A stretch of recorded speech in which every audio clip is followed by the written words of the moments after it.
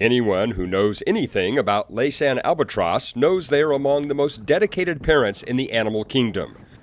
During nesting season, as one parent sits atop an egg, the other one searches for food for their soon-to-hatch chick. This is no easy task. Albatross are amazing in many ways. They have long-term pair bonds that the same birds will pair with each other year after year after year. And then the most amazing thing to me is how far they can fly.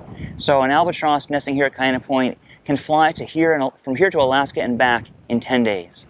And they do this not just once per year, but over and over and over. Their preferred prey items are found in colder waters north of here. So when they're feeding their chick, they take turns making a round trip from here to Alaska, even the Bering Sea, and they'll do that over and over and over to provide for their chick.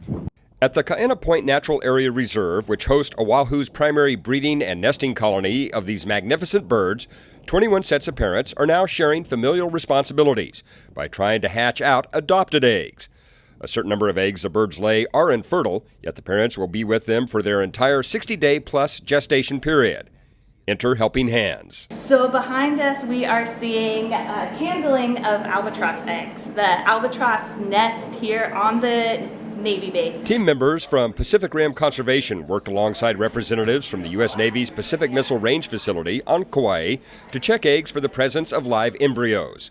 Since the missile range operates an active airstrip, and since albatross and aircraft don't mix well, the Navy would like to see the PMRF colony relocated. By translocating eggs to more appropriate nesting areas, eventually the colony will presumably be fully ensconced elsewhere. This year in particular, the Kaena Point colony needed a boost, as its breeding capacity was severely diminished by a senseless act of vandalism 2 years ago.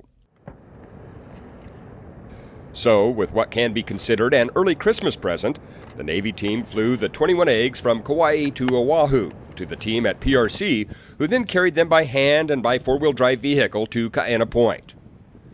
Earlier, they'd noted which parents were sitting on top of infertile eggs. Nest by nest, the team retrieves the infertile eggs and immediately replaces them with a fertile one from PMRF.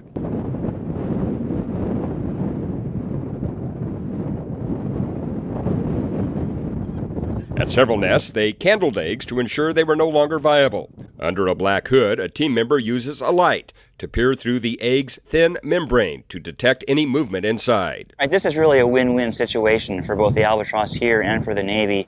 The Navy's long-term goal is to reduce the number of albatross nesting near their runway where they're an airstrike hazard. And this colony here suffered kind of a setback a couple of years ago because of human vandalism. So this will give a little boost to that colony and set it back on the path where it would have been headed anyway.